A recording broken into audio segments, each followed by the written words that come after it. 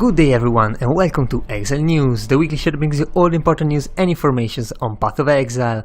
But first, the prophecy, how is it going to get into the core game as a permanent mechanic? I will always see. First up, Navali won't be present immediately in the first town in Lionel's Watch, the first time you get in there, but there will be a quest to ever go to town.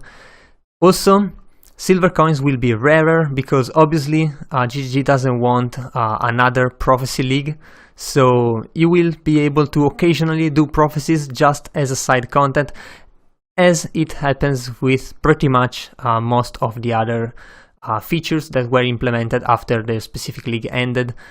Also, Navali will be able to join your hideout, including your masters, so that's pretty cool. And one thing I was hoping is for her to get her own hideout, although that's probably not gonna happen, sadly. Also, what is gonna happen instead is the fact that GGG is going to balance or rebalance, which should be read as nerf, pretty much, some of the items. So, for example, the reach of the council bow, which is really strong for a unique item.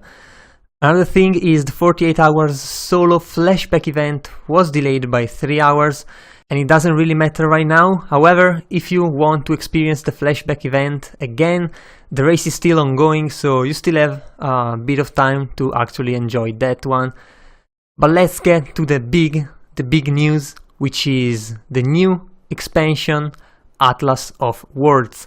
So GGG has finally revealed everything, and the name was not supposed to be leaked. However, when they did the last performance improvement videos, people just noticed between a very fast loading screen that there was this logo with Atlas of War written on it. So that's how it was revealed, and here is the full reveal instead. There is a trailer, I'll link it in the description below. It's absolutely amazing and gets the hype really high. Also, there are all the kind of news spread between sites, just as GGG usually does. Some of those articles, again, are not the best, but if you can get over the dodgy memes, you can probably read those and build again more of your hype. But let's look the official page for the Atlas of War. You can see here we are moving around the Atlas. What is the Atlas? The Atlas, this is the Atlas by the way, is pretty much the new endgame system. You can still play the old way, you can still use the map device, but not using the Atlas will be definitely not very smart in my opinion. So all of these dots are maps, and this time there are 100 maps. So this means that the map total has been increased by like 50% or more, which is absolutely crazy. In fact, there's so many that the progression has been kind of changed. For example, you start from 4 points. The upper one is the desert, there's the city or marketplace, there is the forest over here and the mountains, and you progress through the maps. The lines will determine where you can go. Of course, for example, if you are doing this map here, you will be able to drop the adjacent next tier map, so you won't be able to drop it from another place. So this means that if you focus on one side, you will progress faster. However, there is a global 1% increase in map drops for every map you completed. It's not clear if completed means killing the boss or full clearing. Hopefully it's just killing the boss and leaving with less than 20 remainings. Otherwise, good luck finding those crabs underground every single time. But anyway, clearing more of the Atlas will grant you a bigger chance of map drops, so that's pretty good. Also, you can see there are 4 starting points and 4 ending points in the middle, which each relate to a mythological beast, which is a new boss, endgame boss, also present in a new tier map, tier 16 maps. So you can see the Hydra over here, and the Chimera over here, the Minotaur over here, and the Phoenix over here. These are also the 4 new supporter packs that are rolling out, ranging from $50 to $440. Anyway, these 4 bosses will grant each a key, or a piece of a key, which is now kind of become the standard. 4 pieces will open up a new encounter with the Shaper, which is the new, kind of new supposed endgame boss, and it hasn't been teased yet. The only thing that's been seen for now is the fight with the Minotaur, which looks like pretty much a normal fight, kind of interesting, although yeah, very Path of Exile style, I guess. And you can see there are different type of areas. For example, there's the cemetery here, there's some houses here. This is probably kind of aqueduct type, sea type, mining, and this will hold a role again. So let's take a look at what can you do with the Atlas. You can use, for example, a Shaper Orb, which upgrades the map on the Atlas by 5 tiers. So for example, if you have a Gorge, which is tier 9, you can upgrade it to tier 14, and that is absolutely crazy. New next level tier rotations definitely coming to you. Also, you can use a Cartographer's Sextant to add a mod on the map on the Atlas. So what happens is, for example, let's say you use a sextant on this dot over here, there will be a circle, much like a jewel radius, and all the maps within that radius will be affected by that mod that's been added. For example, in a video, Chris Wilson rolls a random one, and it's the unique monster of the map will drop a guaranteed unique, and it has 5 uses. So for example, all the map in the radius will have that property of dropping a guaranteed unique from the boss when doing them. So if you kind of add these mods around the map you want, for example, if you add the mods here, here, here, and here, and you do this map, you have like 4 added bonuses, and the map is going to be absolutely crazy. So there's also probably going to be some challenges related to that, and I'm ready to bet that the best maps are the further away from the others, so that you cannot roll too many mobs on those, but we'll have to see about that. Also, there are a lot of new bosses. Of course, having like 30 new maps will have new bosses, so that's pretty good. You can check all of the screenshot over here, and this is probably a new boss. This looks like a Chimera, although it doesn't really look like it. It probably is, because it has the same armor set as the new supporter pack. Also, as we were saying, 30 new maps, absolutely crazy stuff. For example, Val City, Estuary, apparently Chris Wilson's favorite map. Also High Gardens, which if it's the one from the trailer, it's goddamn cool.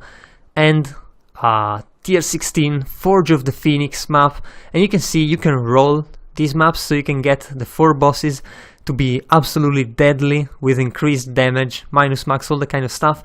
Also, you can get a lot of items from it, because it's not just a boss encounter, it is also a full map, so that's pretty good. And they also said there are going to be a drop of special uniques for this kind of bosses and for the Shaper itself, which is this guy, by the way, which also looks like the Great Old One from the Great Old One's Ward unique item. You can check that out on the PoE wiki. We also got new items. For example, this unique weapon, which deals increased burning damage if you've ignited recently, and increased damage on ignited enemies. Also leeches when, or actually recovers straight up life when you ignite. That's a pretty interesting physical to fire weapon. Obscurantis, which is a full evasion helmet, granting life evasion, accuracy, and increased projectile attack damage per accuracy rating.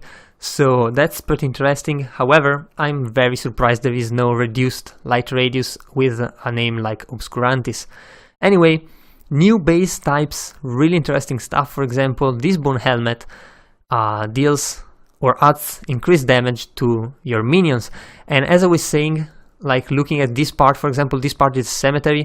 That's kind of the zone where the new helmet will drop, so it's not entirely casual. This is not entirely casual, and you will be able to kind of select the path you prefer, actually depending on the gear you actually want. So the first time you probably won't be able to do this, but for next leagues you will definitely be able to navigate the Atlas much more comfortably.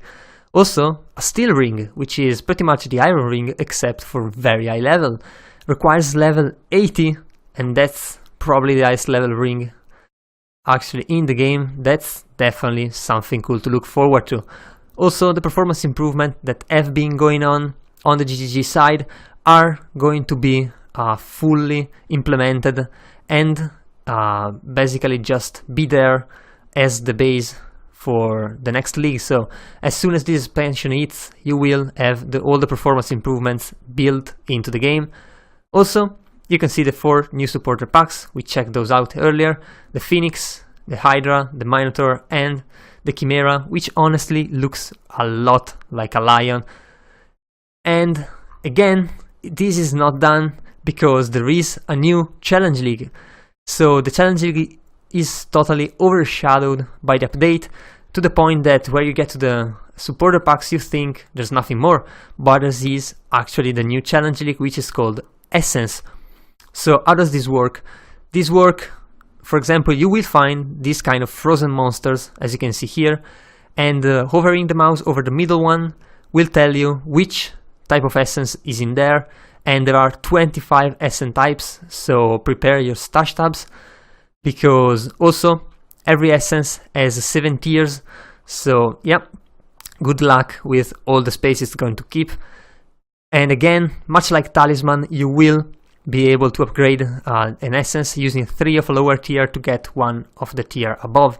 But compared to Talisman, it is much better. For example, you can drop straight up higher level essences, so that's already pretty good. Also, you choose when to fight these encounters and if to fight them. Talisman, you just add them over yourself all of the time. This time you will have to choose if you want to free them and fight them, or just leave them there because maybe you can't handle them yet. You can also use the special Remnant of Corruption, which is kind of the Valorb of essences, and you corrupt the essences in here, and if you're really lucky you can get something like this, which has some crazy mods. For example, to the body armor it would add 15% of physical damage taken as cold damage, which besides being extremely strong, it's also going to make the Taste of Fate skyrocket like to heaven and beyond. But anyway, beside those incredible mods, also maybe the amulet, 15% increased effect of Fortify on you. If you add that to the duelist ascendancies, that's going to get absolutely crazy. But still, how do these essences work? So let's take this one.